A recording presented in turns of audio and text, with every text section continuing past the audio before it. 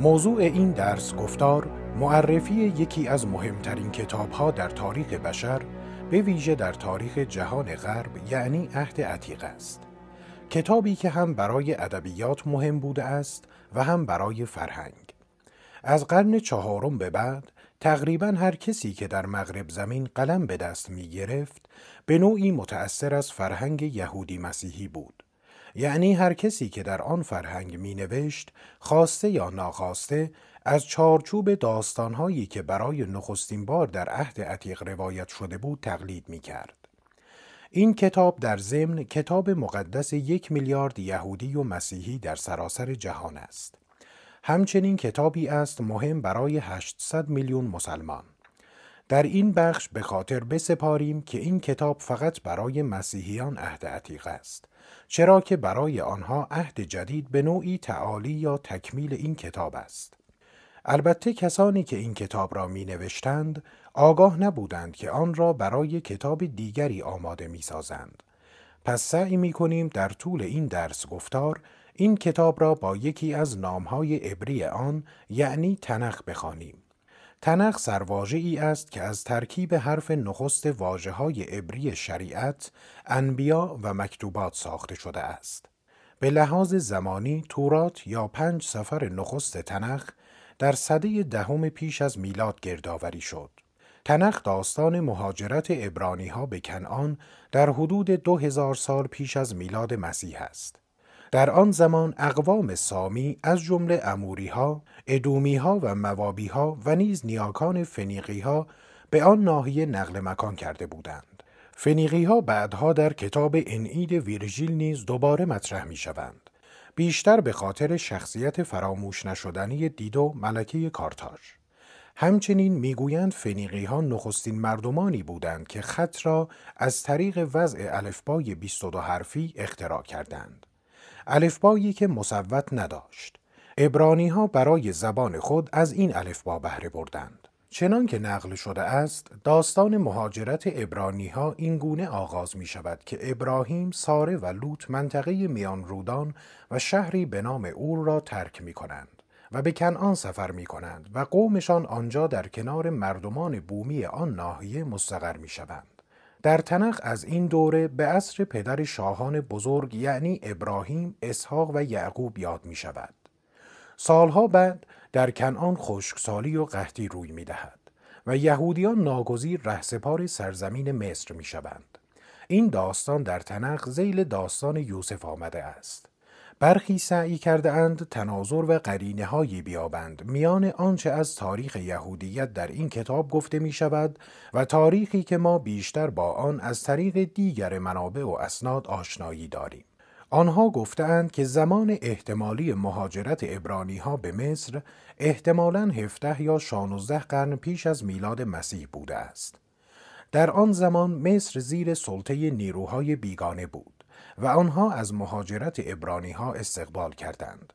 طبق داستان بعد از اینکه مصری‌ها سرزمینشان را از نیروهای بیگانه پس می‌گیرند و مهاجمان بیگانه را بیرون می‌رانند، بنی اسرائیل را به بردگی می‌گیرند تا زمانی که موسی، بزرگترین قهرمان تاریخ یهود، آنان را از بند بردگی رهانید.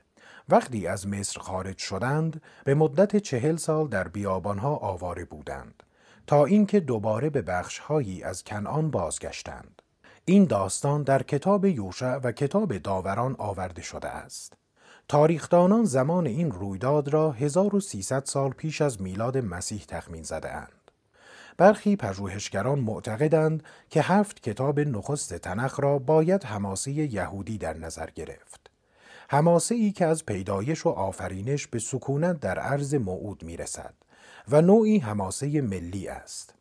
البته زمانی که به این بخش از تنخ میرسیم، باید منتظر رویدادهای تاریخی بسیار بیشتری باشیم. اگر این داستان را حماسه در نظر بگیریم و ساختار آن را ساختار یک حماسه بدانیم، با پیدایش شروع می شود و با حبود از بهشت عدن نخستین قتل، تباهی بشر و طوفان بزرگ ادامه می یابد. این طوفان خود آغازگر دوباره تاریخ بشر است. زیرا در عدن آدم و حوا نسل انسان را توسعه دادند و بعد از طوفان نیز نوح و همسرش و فرزندانشان دوباره نسل بشر را گسترش می‌دهند. تنخ داستان آغاز تاریخی منحصراً عبرانی را نقل می‌کند که با عهدی که یهوه با ابراهیم می‌بندد آغاز می‌شود. داستان خروج از مصر و بازگشت از مصر به ارض موعود نیز در خلال آن گفته می‌شود. رویدادهای تاریخی بسیاری در تنخ است، از جمله جنگ‌های فراوان با بومی‌ها مثل جنگ با فلسطینیان و نیز ظهور پادشاهان که طالوت نخستین آنان بود. به عصر طلایی تاریخ یهود یعنی عصر پادشاهی داوود و سلیمان هم اشاره می شود و سپس از تقسیم شدن این پادشاهی به دو پادشاهی شمالی و جنوبی سخن گفته می شود. فتح پادشاهی شمالی و فتح پادشاهی جنوبی توسط بابل، دوران اسارت تحت یوغ بابلی ها و سپس رهایی از بند آنها به لطف ایرانیان. بنابراین رویدادهای تاریخی زیادی هستند که در ادامه می آیند. اما اگر این 7 کتاب نخست را به منزله حماسه‌ای ملی در نظر بگیریم، می توانیم به پاره‌ای نتایج کلی راجع به این کتاب برسیم و بدانیم با چه نوع ادبیاتی سر و کار داریم. تفکر عبرانی شباهت‌های چشمگیری با اندیشه و ادب و فرهنگ مردمانی دارد که اطراف آنها را احاطه کرده بودند. عبرانی‌ها همواره از طرف قدرت‌های بزرگ مشرق زمین احاطه شده بودند، از جمله بابلی‌ها و آشوری‌ها و بعدها ایرانیان و البته مصر در بخش جنوبی. آنها از جانب اقوام قدرتمندی محاصره شده بودند. پس جای تعجب نیست که از فرهنگ‌های دیگر تأثیر پذیرفته باشند. همانطور که در درس گفتار پیشین در بررسی گیلگمش گفته شد، میان داستان آفرینش انکیدو و داستان پیدایش در عهد عتیق شباهت‌هایی دیده می‌شود. همچنین داستان طوفان نیز از نقاط اشتراک آنهاست که اگرچه روایتی متفاوت دارد، ساختار زیربناییشان یکسان است. افزون بر آن تکرار جالب دیگری هم وجود دارد.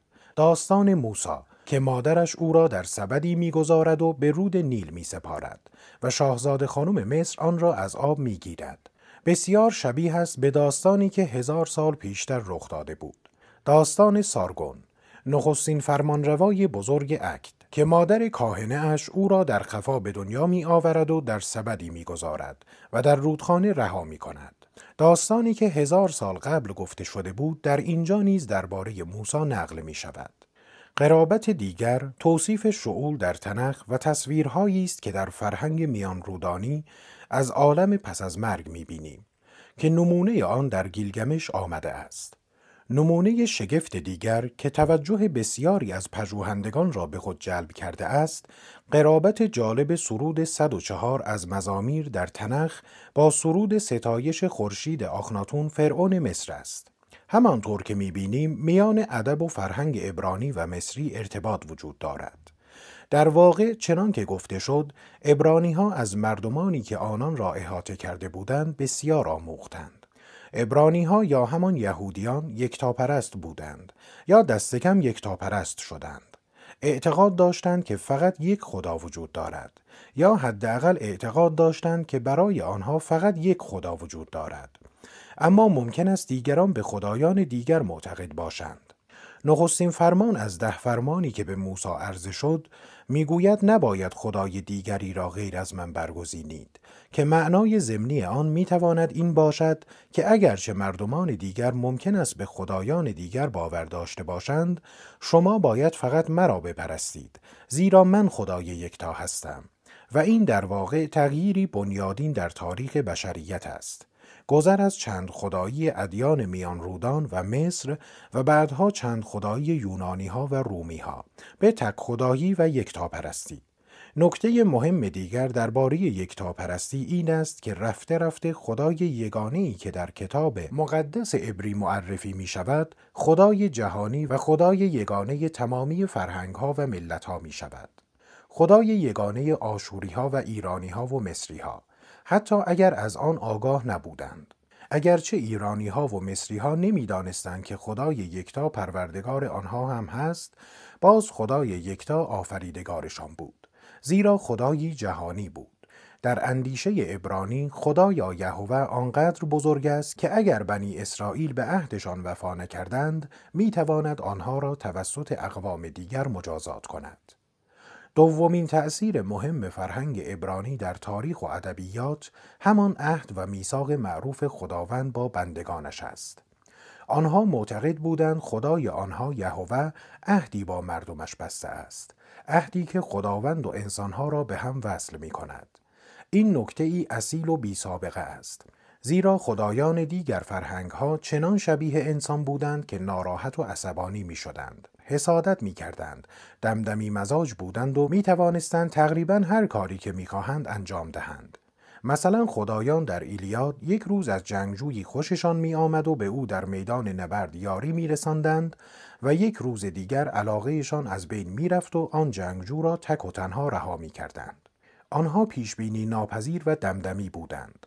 بعدها اپیکوری های روم می گویند اگر قرار باشد خدایان مسئول همه کرده های انسان باشند، پس مزیت خدا بودن چیست؟ و بسیاری از ادیان چند خدایی نگاهی اینگونه به خدایشان دارند. ولی این خدا یهوه به مانند مردمش خود را به قانونی مقید می کند که وضع کرده است. او قول می دهد اگر آنها رفتارشان مناسب باشد، او نیز رفتارش با آنها مناسب خواهد بود. می توان این گونه نگاه کرد که خدا تا حدی از عظمت خود می کاهد تا در قالب قانون بگنجد و به مردمش بزرگی می دهد تا آنها نیز در آن قانون جای بگیرند. خدا و مردمش می توانند به مدد آن قانون یکدیگر را بفهمند و به هم نزدیکتر شوند. نخستین عهدی که در تنخ آمده است میان خداوند و ابراهیم بود که یهوه به ابراهیم اطمینان می دهد که اگر تمام مردان خاندانت را ختنه کنی و اگر فقط مرا به عنوان خداوند بپرستی، در عوض به شما ارض موعود را می دهم و نسل تو را همچون ستاره های آسمان و شنهای ساحل بی پایان می کنم. این عهد با اسحاق و یعقوب نیز مجدداً بسته می شود و خداوند آن را هنگامی که بنی اسرائیل را از مصر می رهاند دوباره تصدیق می کند و در قالب 10 فرمان تثبیت می کند.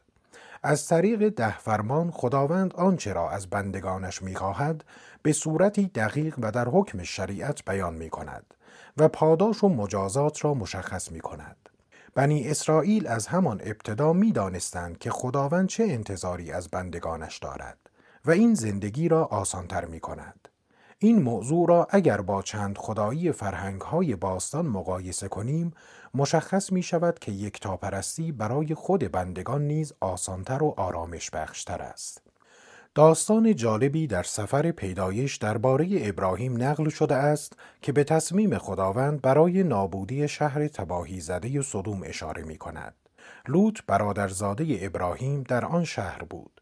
برای همین ابراهیم به درگاه خداوند تضرع می کند و از خداوند می پرسد اگر در آن شهر 50 انسان درستکار وجود داشته باشد، آیا باز هم کل شهر را نابود می کنی؟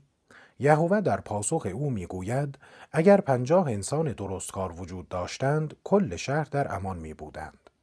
ابراهیم دوباره به همین منوال ادامه می دهد تا به 10 نفر می رسد و خداوند در پاسخ او می گوید اگر 10 نفر انسان درستکار در آن شهر وجود داشتند، عذاب را نازل نمی کردم.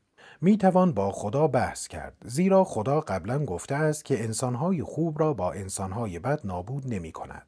زیبایی این داستان از این جهت است که نشان می دهد عبرانی‌ها چه اعتقاد محکمی به این عهدی که با خدا بسته بودند داشتند. ترکیب یکتاپرستی و موضوع عهد باعث شد یهودیان بتوانند تنخ را که همزمان اثری تاریخی، ادبی و دینی به حساب می آید به وجود بیاورند. جنبه تاریخی آن این است که داستان مردمی را روایت می کند که از بردگی و بی‌هویتی به هویت می رسند و سرزمینی برای خود می یابند.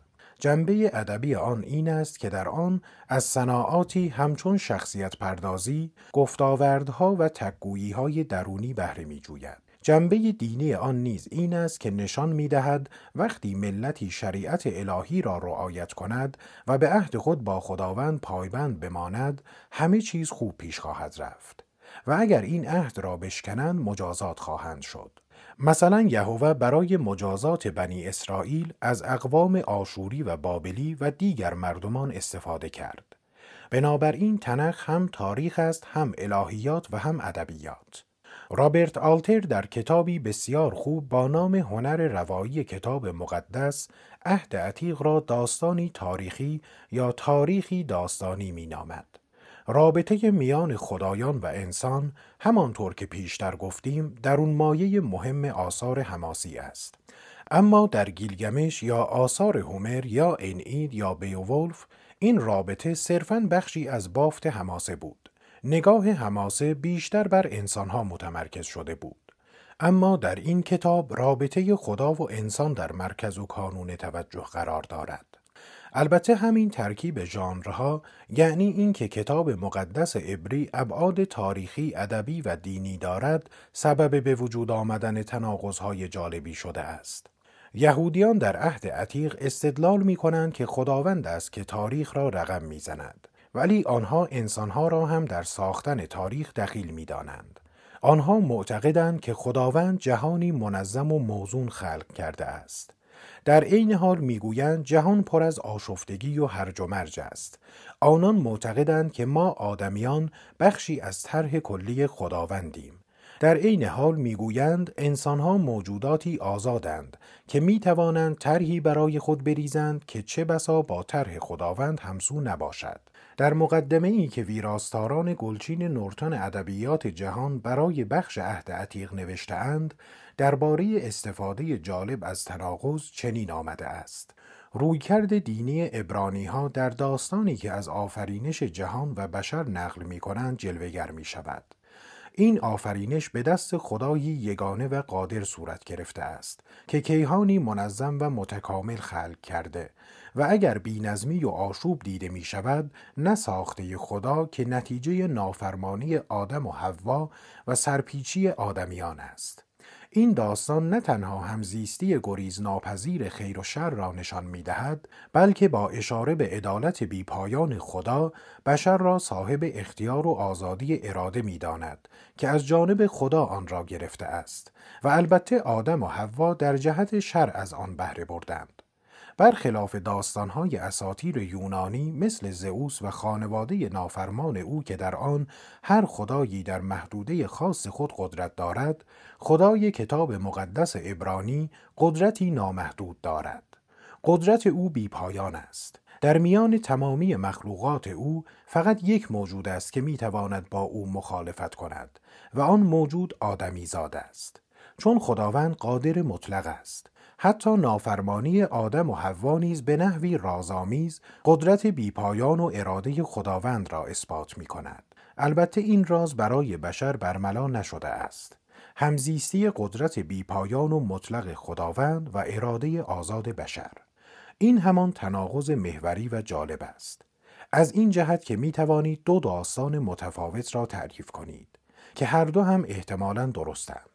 زیرا تناقض در واقع قلب نگرش این کتاب است که بخشی از آن الهیات است، بخشی تاریخی و بخشی هم ادبیات.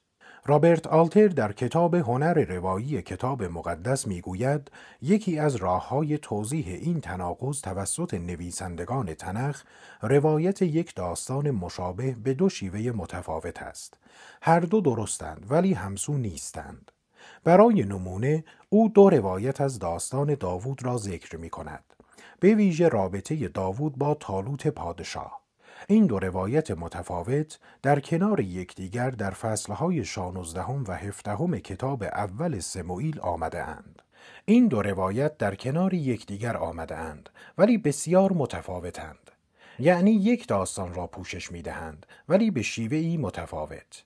در فصل 16 کتاب نخست سموئیل، خداوند به سموئیل فرمان می دهد به خانه یسی پدر داوود برود، زیرا پادشاه آینده قوم اسرائیل در آنجاست و باید او را تدهین کند. سموئیل به خانه یسی می رود.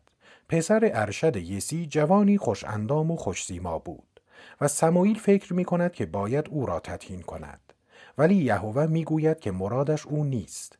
سموئیل به سراغ پسر بعدی می رود و یهوه می گوید مقصودش او نیست. او به سراغ تمام پسران یسی می رود، ولی خداوند می گوید آنها مد نظرش نیستند. در نهایت سموئیل از یسی می پرسد آیا پسر دیگری هم دارد؟ که او می گوید آری. پسر کوچکتری نیز هست که بیرون از خانه به چراندن گوسفندان مشغول است. به دنبال او فرستادند و مشخص شد که یهوه او را در نظر گرفته است و در نتیجه سموئیل او را به عنوان پادشاه آینده اسرائیل تعیین می کند. چنین آمده است که روح خداوند در داوود حلول می کند و در همین زمان روح خداوند از تن طالوت خارج می شود. طالوت در آن اواخر به وضع بدی دچار شده بود و ارواح خبیثه او را تسخیر کرده بودند و افسردگی شدید داشت و عصبی بود و طبیبان جملگی نسخه می دهند که علاج طالوت فقط شنیدن آواز و آهنگی خوش است. تمام شهر را در پی نوازنده‌ای چیره دست می گردند تا به داوود می رسند که چنگ را بی‌رقیب می نواخت. داوود برای طالوت چنگ می نوازد و روح و روان او چنان آرامش می یابد که داوود را نزد خود عزیزترین می دارد و داوود زرهدار او می شود. این روایتی است که در فصل 16 کتاب اول سموئیل آمده است. در این داستان داوود حتی یک کلمه هم حرف نمی زند و منفعل است و فقط عامل امر الهی است و روشن است که این یهوه است که تاریخ را جلو می برد. داوود فقط در جایی که باید حضور می یابد و آنچه را باید انجام می دهد. وقتی داستان به انتها می رسد متوجه می شویم که داوود پادشاه بعدی خواهد بود، زیرا در خاندان پادشاهی راه یافته و طالوت او را عزیز می دارد. در فصل 17 اما روایت دیگری را می خوانیم. در فصل 17 کتاب نخست سموئیل بنی اسرائیل را در جنگ با فلسطینیان و سرکرده غول‌پیکر آنها جالوت می بینیم که هر روز در حوالی نیمروز بیرون می آید و اسرائیلیان را به جدال تن به تن دعوت می کند. یک روز داوود پیدایش می شود. پدرش او را نزد برادران بزرگترش که در سپاه هستند می فرستد. یسی داوود را با مقداری غذا می فرستد، فقط برای اینکه از حال دیگر پسرانش خبردار شود. از غذا یک روز که جالوت در حال رجزخوانی و مبارزه طلبی بود، داوود از راه می رسد. نخست اینکه داوود وقتی می بیند کسی از یهود حاضر به پیکار با جالوت نیست برآشفته می شود. و دوم اینکه متوجه می شود که طالوت قول داده است هر کس که جالوت را از پای درآورد دختر ارشدش را به همسری او درآورد. داوود می گوید من می توانم این کار را انجام دهم. برادران او سعی می کنند مانع او شوند، ولی داوود پیوسته تکرار می کند تا اینکه سرانجام طالوت خبردار می شود. طالوت به دنبال داوود می فرستد. او می آید و دوباره حرفش را تکرار می کند که می تواند جالوت را بکشد. طالوت هم ابتدا می کوشد داوود را منصرف کند، ولی وقتی عزم راسخ او را می بیند به او اجازه رزم می دهد و زره مخصوص خود را نیز به او می دهد. سپس داوود به میدان رزم می رود و با فلاخن خود سنگی بر پیشانی جالوت می زند و جالوت را از بین می برد. وقتی جالوت از پای می افتد، طالوت می پرسد آن پسرک که بود؟ پسر کیست و از کجا آمده؟ در این روایت از داستان این خود داوود است که مسیر پیشرفتش به سمت پادشاهی را با تهور و کنشگری هموار می کند. در ضمن در اینجا داوود بسیار خوب صحبت می کند، در حالی که در روایت نخست داوود اصلا سخن نمی گفت. در انتهای داستان طالوت کم کم احساس ناآرامی می کند که رقیبی برای او پیدا شده است و حال باید دختر ارشدش را هم به همسری او درآورد. همانطور که می‌بینیم دو روایت از یک داستان وجود دارد، اما آیا می‌توان این دو را به هم الحاق کرد تا به یک روایت تبدیل شوند؟ پاسخ منفی است. نمی‌توان این دو را به هم پیوند داد. در یکی داوود زرهدار طالوت است، در دیگری اصلا نمی‌داند با زره باید چه بکند. در یکی داوود برای مدت‌ها چنگ نواز طالوت بوده و طالوت او را دوست دارد. در دیگری طالوت اصلا او را نمی‌شناسد. در یکی خداست که مسیر رویدادها را جلو میبرد. در دیگری داوود خود به تنهایی مسیرش را به جلو میبرد. داستان همانطور که آلتر میگوید جالب توجه است، زیرا دو بعد متفاوت از داوود را نشان میدهد که شخصیت بسیار پیچیده‌ای در داستانهای بعدی تنخ دارد. طالوت او را دوست دارد. او نوازنده‌ای با استعداد است و روزی زیباترین سرودها را مینویسد. منظور مزامیر است. او مردی است که بعدها برای مرگ یوناتان و مرگ پسر خویش می‌گرید و اینها یک بعد از شخصیت داوود را نشان می‌دهند. بعد دیگری از شخصیت داوود وجود دارد که او را جنگاوری خشن نشان می‌دهد که به خوبی تدابیر جنگی را می‌داند و از این جهت رقیبی است که باید نگرانش بود. او بعدها مسیر خویش را با دقت و مهارت به سمت تاج و تخت پادشاهی هموار می‌سازد. همه اینها جزوی از شخصیت داوود است.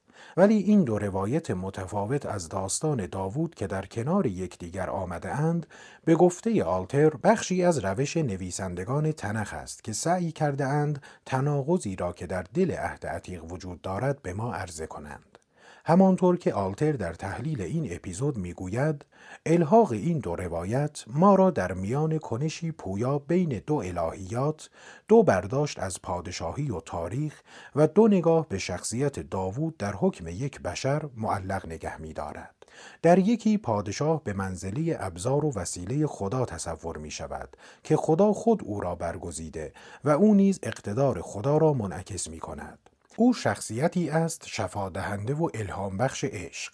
در روایت دیگر پادشاه را خدا خود انتخاب نکرده ولی تأیید کرده است و به جای اینکه روح خدا به پایین بیاید، پادشاه جوان به بالا می رود و در آن نیز مدیون شجاعت و تدبیر و مهارت بلاغی خویش است. به لحاظ تاریخی توضیحات دیگری برای این دو روایت متفاوت از یک داستان وجود دارند و این قضیه در تنخ زیاد اتفاق می افتد و حتی در داستان آفرینش نیز رخ می دهد. یعنی دو روایت از داستان آفرینش در فصل نخست که سفر پیدایش است وجود دارد. توضیحات دیگری درباره این تناقض و دوگانگی ها وجود دارد که غالباً ماهیتی تاریخی دارند و میگویند مردمانی که این کتاب را گردآوری کردند شاید دو داستان مختلف از دو سنت مختلف داشتند و نمیتوانستند تصمیم بگیرند کدام یک را ترجیح بدهند. پس هر دو را نگه داشتند و بسیاری از توضیحات دیگر نیز وجود دارد. آلتر معتقد است که این تناقض‌ها عمدی و نوعی صناعت بلاغی اند. او میگوید این یکی از راههایی است که به مدد آن عبرانی‌ها میتوانستند تناقض اصلی را که در دل کتاب قرار داشت منتقل کنند. هرچه هست خواه عمدی یا غیر عمدی ما را از این تناقض آگاه می کند و به ما روش درست خواندن این کتاب به مثابه کتابی ادبی را می آموزد. زیرا این کتاب مهمترین تأثیری است که عبرانی‌ها بر ادبیات و الهیات بر جای گذاشتند. کتابی که از آن زمان تا کنون داستانی سازنده برای کل ادبیات و فرهنگ غرب بوده است. هر نویسنده‌ای دست کم تا آغاز قرن 20 و بسیاری از آنها حتی بعد از آن با این داستانها آشناست و این داستانها پس زمینه ارزش‌ها و باورهای آنها را شکل می‌دهند. حتی داستانهای سکولار نیز از این داستانها بهره گرفته‌اند و این داستانها و شیوه‌های روایی را به منزله پس زمینه و بافت داستانهایی که نقل می‌کنند به کار گرفته‌اند. فلوبر در جایی گفته است که او داستان سروانتس را پیش از آن که خواندن بیاموزد از بر بوده است که البته این گفته تا حدی تناقض‌آمیز به نظر می رسد. البته این مسئله در مورد تنخ صدق می کند زیرا اکثر ما با داستانهای آن آشنا بوده ایم پیش از آن که حتی خواندن بیاموزیم. در ضمن داستانهای تنخ قواعد اخلاق را نیز به همراه خود آوردند. در ادامه که به ادیان یونانی ها و رومی ها می پردازیم متوجه خواهیم شد که اخلاق در داستانهای آنها رکن مهمی نبوده است. اما در اینجا یک نظام پیشرفته از قواعد اخلاقی را می توان یافت که یهودیت بخش اعظمی از آن را برای مسیحیت به ارث گذاشت و تا حد کمتری نیز اسلام که دیگر آیین بزرگ یکتاپرستی در جهان است از آن میراث بهره مند شد. ما در درس گفتارهای آینده بارها با این داستانها روبرو خواهیم شد. وقتی به بیوولف برسیم به طور شگفت آوری داستان طوفان و داستان آفرینش را در آن مشاهده خواهیم کرد. مثلا داستان طوفان بر روی شمشیر بیوولف حک شده است. شمشیری که بیوولف از آن برای کشتن مادر گرندل استفاده می کند. داستان آفرینش از سفر پیدایش را نیز شاعری در جشنی که در تالاری از دربار هرتگر برگزار شده است می‌خواند. ما در میابیم که گرندل نیز از نسل قابیل بوده است و در نتیجه اشاره‌ای هم به داستان هابیل و قابیل می شود. پس زمانی که به بیوولف می رسیم می بینیم این داستانها راه خود را به ادبیات و اساطیر دیگر مردمان باز کرده اند. وقتی به رمانتیک ها برسیم از یوهان ولفگانگ فون گوته نیز سخن خواهیم گفت. گوته نیز داستانی را از تنخ برگرفت در فاووست. او از چارچوب داستان ایوب بهره برده است. در درس گفتارهای بعدی خواهیم دید که چگونه تنخ راه خود را در فرهنگ غرب باز می کند. وقتی به مبحث عهد جدید برسیم، یکی از مسائلی که در میابیم این است که انجیل متی در عهد جدید میکوشد تا حد ممکن مطالب تنخ را در اثر خود بگنجاند و تنخ بخشی جدا نشدنی از انجیل او می شود. این بدان معناست که این کتاب بخشی از پیکره مسیحیت می شود و آنگاه مسیحیت نیز به دین غالب در جهان غرب بدل می گردد. در واقع بخش اعظمی از عهد جدید وامدار این کتاب است. در درس گفتار بعدی دوباره به حماسه باز می گردیم. هنگامی که موسی در حال هدایت مردمش به سوی ارض موعود بود، نبرد تروا به لحظه‌ای تعیین کننده و تاریخی برای یونانیان بدل می شد. هومر در حکم سنلیقونینی یونان ظاهر می شود.